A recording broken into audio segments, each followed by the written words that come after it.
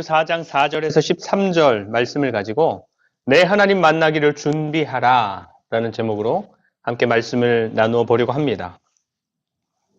여러분, 창세기 말씀을 보면 하나님께서 에덴을 만드시고 거기에 하나님께서 빚으신 아담과 하와를 두어 살게 하셨지요. 하나님을 대신해서 하나님께서 만드신 만물을 다스릴 사람을 거기에 두신 것입니다. 그리고 하나님은 그 사람들이 하나님께서 창조하신 세상 속에서 하나님의 형상으로 세상을 다스리면서 하나님과 교제하는 그런 삶을 살아가기를 원하셨고, 하나님의 그 뜻대로 사람들이 살아가고 또 세상이 통치되는 것을 보셨을 때 보시니 좋았더라, 그렇게 기뻐하셨습니다. 하나님께서 사람을 비롯한 세상을 보시면서 좋았더라 라고 하셨다면 그런 세상 속에서 살아가는 사람들의 삶은, 사람들의 마음은, 그들의 감정은 어땠을까요? 평안했을까요? 즐거웠을까요? 만족스러웠을까요? 성경에 정확한 기록은 없지만 그랬을 것 같아요. 그런데 그렇게 살아가던 사람들의 마음에 불안함과 초조함과 부끄러움과 두려움 등등의 마음이 찾아옵니다. 언제 그랬습니까? 사람들이 하나님을 거슬러서 자기들이 원하는 대로 그 삶을 선택했을 때, 하나님께서 만드신 세상을 하나님을 대신해서 하나님이 통치하는 것처럼 잘 할 때는 하나님과 함께하고 하나님과 교제하고 하나님의 뜻 안에서 살아가는 삶이 평안하고 만족스러웠지만, 하나님을 벗어나서 내가 원하는 대로 삶을 선택하니까, 내가 원하는 대로 삶을 살아가려니까 하나님과 함께하고 하나님과 교제하고 하나님의 뜻 안에서 살아가는 삶이 부담스럽습니다. 하나님이 찾아오시고 부르실 때마다 불안하고 초조하고 부끄럽고 두렵고, 그래서 더 도망가고 더 숨고 더 가리고 더 외면하고 바스락거리는 소리에도 놀라 자빠지는 그런 인생으로 곤두박질 쳐버린 것입니다. 그때나 지금이나 하나님은 같은 하나님이시고 여전하신 하나님이신데, 하나님의 사람들의 상태가, 그 삶의 모습이 달라지니까 그들에게 찾아오시는 하나님이 전혀 다른 하나님으로 받아들여지는 것이지요. 오늘 아모스를 통해서 북이스라엘 백성들에게 말씀하시는 하나님은 그 백성들이 애굽 땅에서 노예로 여겨지면서 힘겨운 하루하루의 삶을 살아가게 되었을 때 그 조상들에게 하셨던 약속을 기억하셔서 그 백성들을 애굽에서 구원해 내신 하나님이십니다. 지금 아모스를 통해서 북이스라엘 백성들에게 심판을 말씀하시는 하나님은 그 백성들이 아무것도 없는 광야 길을 걸을 때 하늘에서 먹을 것을 내리시고 반석에서 물을 내시고 메추라기를 몰아주셔서 고기까지 먹이셨던 하나님이십니다. 싸워서 이겨야 할 전쟁에서는 이기게 하셨고, 백성들이 수고하지 않았지만 그들에게 필요한 땅, 집, 열매, 곡식들을 차지하게 하셨고 그것들을 누리게 하셨고 더 풍성하게 하신 하나님이 바로 오늘 아모스를 통해서 북이스라엘 백성들에게 심판을 말씀하시는 하나님이신 것입니다. 예나 지금이나 같은 하나님, 동일한 하나님이시지만 이스라엘 백성들이 마주하는 하나님은 그때와 지금 너무너무 다른 하나님으로 마주하게 되는 것이죠. 왜 그런 것입니까? 왜 그런 것입니까? 하나님의 백성들의 삶이 달라진 것입니다. 하나님을 향한 그 백성들의 마음과 그들의 중심이, 태도가 달라진 것입니다. 그동안 하나님은 당신의 백성들이 하나님을 향한 그 삶의 모습과 하나님을 향한 그 중심과 태도를 바꾸어서 하나님께서 보시기에 좋은 백성들, 하나님의 형상을 보이는 백성들, 그래서 하나님을 환영하고 하나님과 함께하고 하나님 안에 거하는 것을 기뻐하는 백성들로 마주하기를 원하셨기 때문에 계속해서 그 백성들에게 호소하셨습니다. 6절부터의 말씀이 그 백성들을 향한 하나님의 호소인데 6절부터 보겠습니다. 6절부터 또 내가 너희 모든 성읍에 너희 이를 깨끗하게 하며 너희의 각 처소에서 양식이 떨어지게 하였으나 너희가 내게로 돌아오지 아니하였느니라. 여호와의 말씀이니라. 아멘. 여기에서 너희 일을 깨끗하게 하였다라는 말씀은 뭐 깨끗하게 잘 지켜줬다 뭐 이런 의미가 아니라 뒤에 나오는 양식이 떨어지게 했다라는 말씀과 같은 의미입니다. 이에 붙어 있을 음식이 없도록 하셨다라는 의미. 그래서 하나님께서 백성들의 성읍에 그리고 각 가정마다 늘 풍족하게 있었던 양식들이 없도록 하셔서 너희를 먹이고 입히는 하나님은 나야, 나. 나한테로 돌아와야 돼. 그렇게 호소해 오신 것입니다. 그렇지만 백성들은 돌아오지 않았다. 그렇죠? 그리고 7절과 8절. 또 추수하기 석 달 전에 내가 너희에게 비를 멈추게 하여 어떤 성읍에는 내리고 어떤 성읍에는 내리지 않게 하였더니 땅 한 부분은 비를 얻고 한 부분은 비를 얻지 못하여 말랐음에 두세 성읍 사람이 어떤 성읍으로 비틀거리며 물을 마시러 가서 만족하게 마시지 못하였으나 너희가 내게로 돌아오지 아니하였느니라. 여호와의 말씀이니라. 아멘. 지난번에도 말씀드렸지만 북이스라엘 백성들이 자신들의 농사를 위해서 비를 내려준다고 믿었던 신, 그래서 의지하고 찾아가서 빌었던 신이 누구라고 했습니까? 바알. 그래서 하나님이 그것도 막으셨던 것입니다. 비가 내려야 할 때 백성들이 바알을 찾아가서 빌고 바알에게 제사하고 바알에게 기도할 때 그 비를 막으시는 것입니다. 엘리야 때 그러지 않았습니까? 수년 동안 비도 이슬도 있지 아니하리라. 그 백성들의 삶의 현장에 비를 내려서 그 백성들이 수고하는 농사가 정말로 농사가 되도록 하시는 분이 그 백성들을 믿고 의지하고 기도하는 바알이 아니라 여호와 하나님이라는 것을 말씀하신 것입니다. 증명하신 것입니다. 그런데 그렇게 했어도 그 백성들은 하나님께로 그 마음과 삶을 돌리지 않았다. 그리고 9절. 내가 곡식을 마르게 하는 재앙과 깐북의 재앙으로 너희를 쳤으며 팥죽이로 너희의 많은 동산과 포도원과 무화과 나무와 감람나무를 다 먹게 하였으나 너희가 내게로 돌아오지 아니하였느니라. 여호와의 말씀이니라. 9절에서 말씀하고 있는 것도 비도 오고 땀 흘려 수고하는 농작물이 열매도 맺습니다. 그런데 그 열매들이 어떻게 되는 것입니까? 마르는 것입니다. 또 메뚜기 같은 것들이 찾아와서 먹어치우는 것입니다. 한 해 동안의 수고와 기대가 병충해들로 인해서 거품이 사라지듯이 내 눈앞에서 사라지는 것입니다. 그리고 10절도 비슷한 맥락인데 내가 너희 중에 전염병 보내기를 애굽에서 한 것처럼 하였으며 칼로 너희 청년들을 죽였으며 너희 말들을 노략하게 하며 너희 진영의 악취로 코를 찌르게 하였으나 너희가 내게로 돌아오지 아니하였느니라. 여호와의 말씀이니라. 하나님께서 애굽에서 한 것처럼 전염병을 보냈다 하시는 것은 돌림병이 일어나서 가축들이 죽는 일들이 이스라엘 땅에서도 일어나게 했다라는 것인데 그때처럼.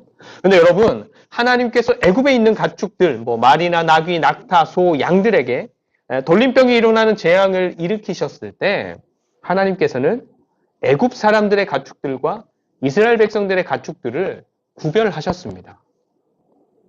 출애굽기 9장 말씀인데요. 제가 한번 읽어볼게요. 9장 3절에서 6절. 여호와의 손이 들에 있는 내 가축 곧 말과 나귀와 낙타와 소와 양에게 더하리니 심한 돌림병이 있을 것이며 여호와가 이스라엘 가축과 애굽의 가축을 구별하리니 이스라엘 자손에게 속한 것은 하나도 죽지 아니하리라 하셨다 하라 하시고 여호와께서 기한을 정하여 이르시되 여호와가 내일 이 땅에 이 일을 행하리라 하시더니 이튿날에 여호와께서 이 일을 행하시니 애굽의 모든 가축은 죽었으나 이스라엘 자손의 가축은 하나도 죽지 아니한지라.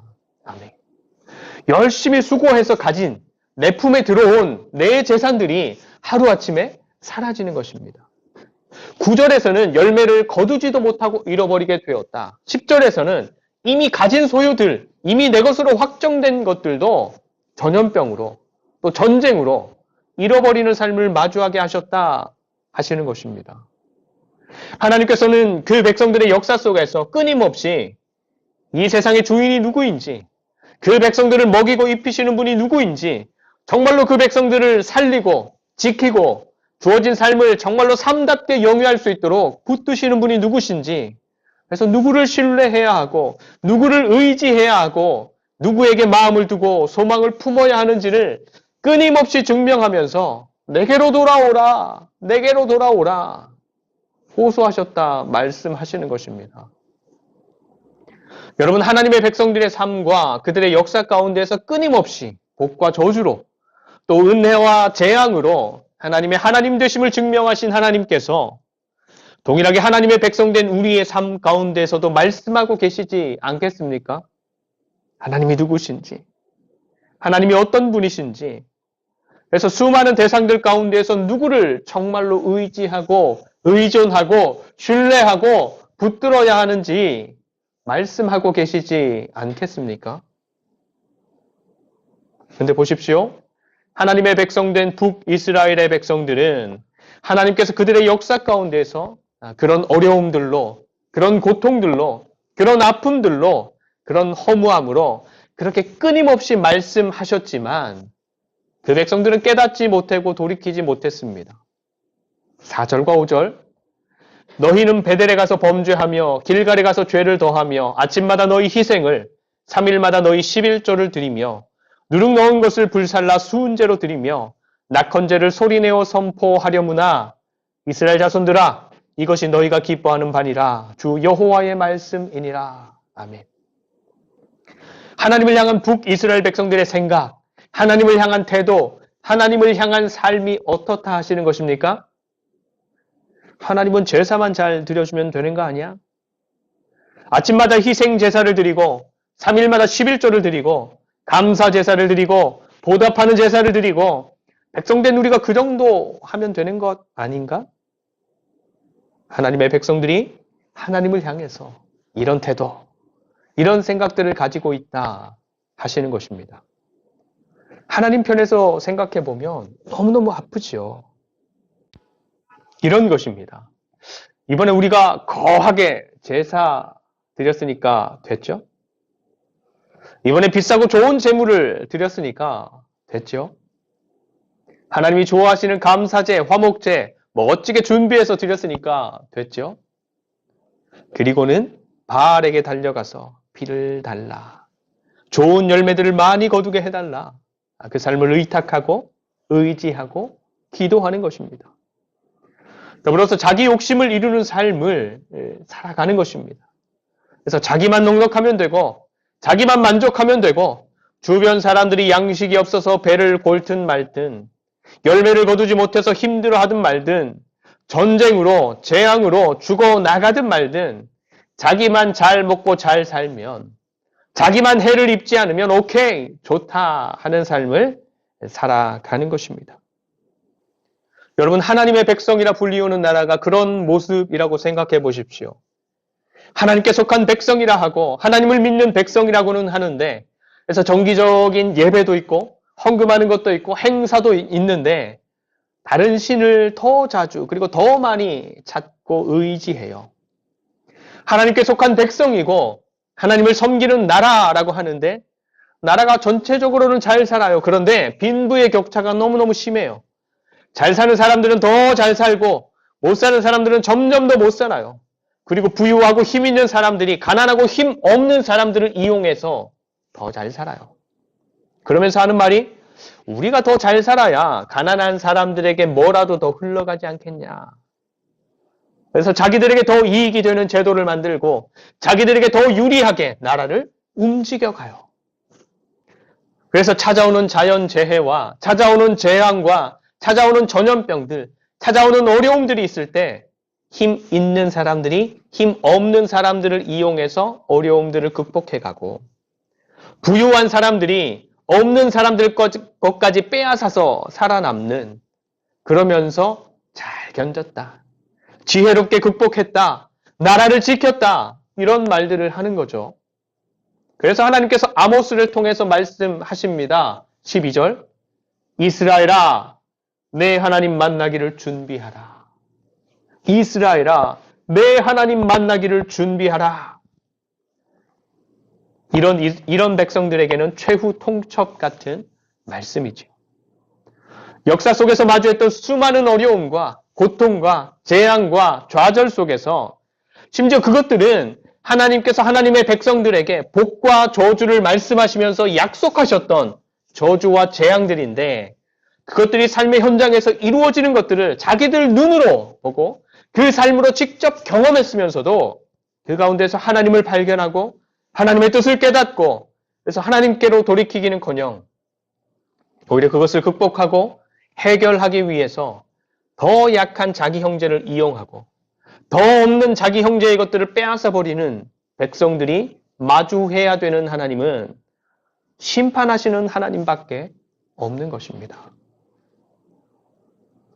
여러분, 지금 우리의 삶을 향해서 말씀하고 계시는 하나님은 어떤 모습의 하나님이실까요? 지금 우리가 하나님을 대면해야 한다면 우리는 어떤 하나님을 마주해야 할까요? 위로하시고 채우시고 삶의 문제를 해결하시고 그래서 반가운 하나님? 아니면 무섭고 두렵고 그래서 피하고 싶은 하나님? 지금 우리의 삶이라면 우리는 어떤 하나님을 대면해야 할까요? 우리의 자녀들은 어떨까요? 지금 우리 자녀들의 삶이라면 우리 아이들은 어떤 하나님을 대면해야 할까요? 내 남편은, 내 아내는, 우리 부모님은 어떤 하나님을 대면해야 할까요? 사실 우리는 우리 자신의 모습을 잘 못 봅니다. 내 생각이고 내 마음이고 내 삶이라서 되게 잘 알고 있는 것 같고 또 스스로는 객관적으로 잘 판단하고 있다라고 여길지도 모르지만 잘 모르고 있는 경우가 많다라는 것입니다. 그래서 신뢰할 만한 사람들과의 솔직한 대화들도 필요하고 또 나를 정말로 생각해주고 위로해주는 사람들이 나에게 하는 이야기들에 귀 기울일 필요도 있고 하나님의 말씀으로 나를 더듬어 살펴보고 또 삶을 돌아보면서 깊이 묵상하고 기도하는 것 역시도 정말로 필요한 것입니다. 내 하나님 만나기를 준비하라. 어떤 사람에게는 두렵고 떨리고 숨이 턱 막혀 올 만한 선언이고 말씀이 될 것이지만 어떤 사람들에게는 반가운 말씀, 기다렸던 말씀, 설레는 말씀, 위로가 되는 말씀이 될 것입니다. 그리고 그 말씀이 어떻게 다가올지는 순전히 우리 자신에게 달려 있는 것입니다. 오늘은 대림절 두 번째 주일입니다.